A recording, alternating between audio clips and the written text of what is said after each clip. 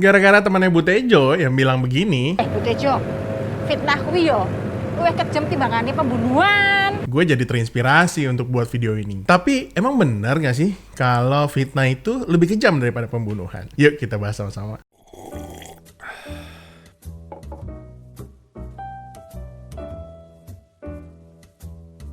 Menurut Kamus Besar Bahasa Indonesia, fitnah itu artinya perkataan bohong atau tanpa berdasarkan kebenaran yang disebabkan dengan maksud untuk menjelekan orang, seperti menodai nama baik dan merugikan kehormatan orang lain.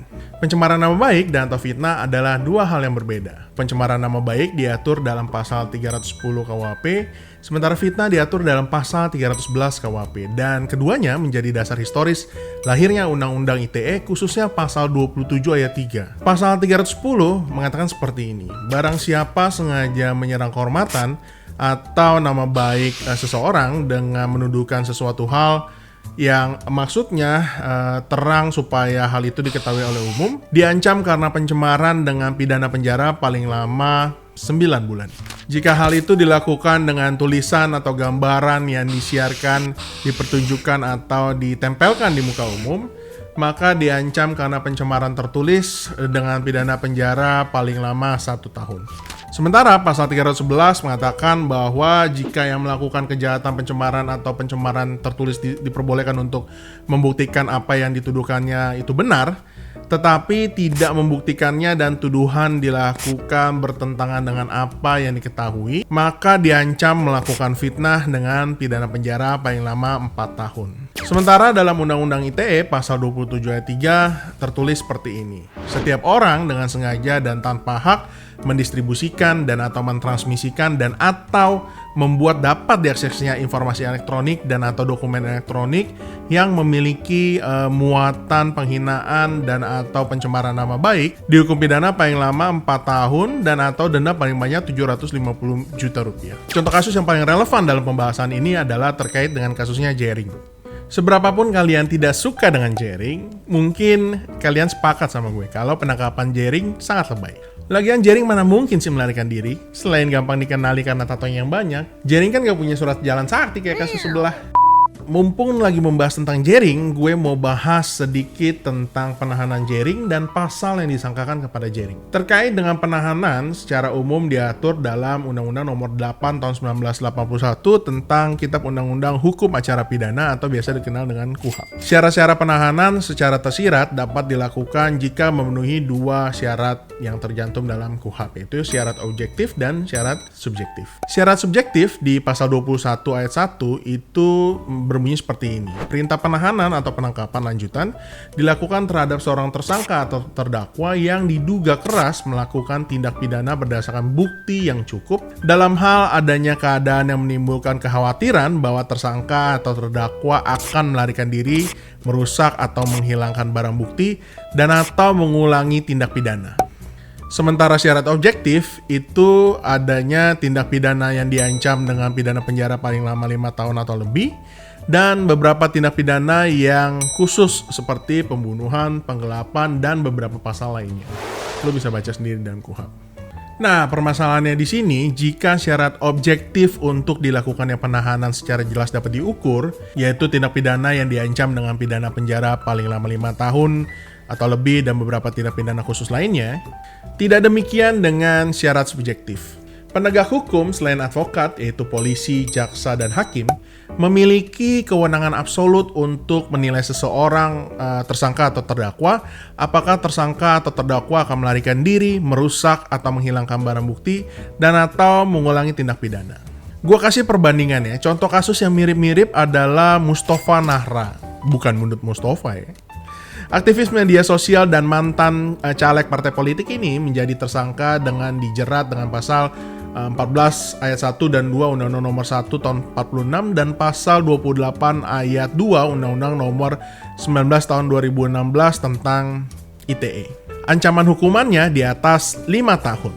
Setelah melalui proses penyidikan, akhirnya permohonan penangguhan penahanan Mustafa diterima. Menurut kepolisian, ada sejumlah pertimbangan yang membuat polisi akhirnya menangguhkan penahanan Mustafa. Ditangguhkannya penahanan Mustafa karena telah memberikan pernyataan bahwa tidak akan mengulangi perbuatan yang dijeratnya dengan Undang-Undang ITE, yang akan menjeratnya dengan Undang-Undang ITE, dan Mustafa juga berjanji tidak akan menghilangkan barang bukti. Pasti lu berpikir, kok syaratnya gampang ya? Cuma bikin surat pernyataan doang, harusnya Jering bisa lepas. Gue lupa bilang, banyak tokoh besar yang mendukung Mustafa. Siapa aja orangnya, lu bisa cari sendiri. Jadi, udah tahu ya kenapa terhadap Jering dilakukan penahanan dan penangguhan penahanannya juga ditolak. Nah, sebentar lagi gue mau bahas terkait dengan pasal apa aja yang disangkakan terhadap Jering. Jadi, stay tune ya guys.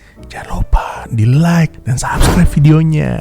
Jering disangka dengan pasal 27 ayat 3 dan pasal 28 Undang-Undang ITE. Pasal 27 mengatakan seperti ini. Setiap orang dengan sengaja dan tanpa hak mendistribusikan dan atau mentransmisikan dan atau membuat dapat diaksesnya informasi elektronik dan atau dokumen elektronik yang memiliki muatan penghinaan dan atau pencemaran nama baik. Sementara pasal 28 itu mengatakan bahwa setiap orang dengan sengaja dan tanpa hak menyebarkan informasi yang ditujukan untuk menimbulkan rasa kebencian atau permusuhan individu dan atau kelompok masyarakat tertentu berdasarkan atas suku, agama, ras, dan antar golongan atau sara. Kita bahas dua pasal tersebut. Pasal 28 udahlah nggak mungkin dapat digunakan untuk menjerat Jering. Pasal 28 itu terkait dengan sara. Jadi jangan terlalu memaksakan diri lah. Cari pasal yang lain. Terkait dengan pasal 27 ayat 3, mungkin masih bisa dikaitkan dengan Jering. Karena pasal 27 ayat 3 ini memiliki muatan penghinaan dan atau pencemaran nama baik. Namun demikian, karena secara historis pasal 27 ayat 3 ini mengacu kepada pasal 310 dan 311 KUHP,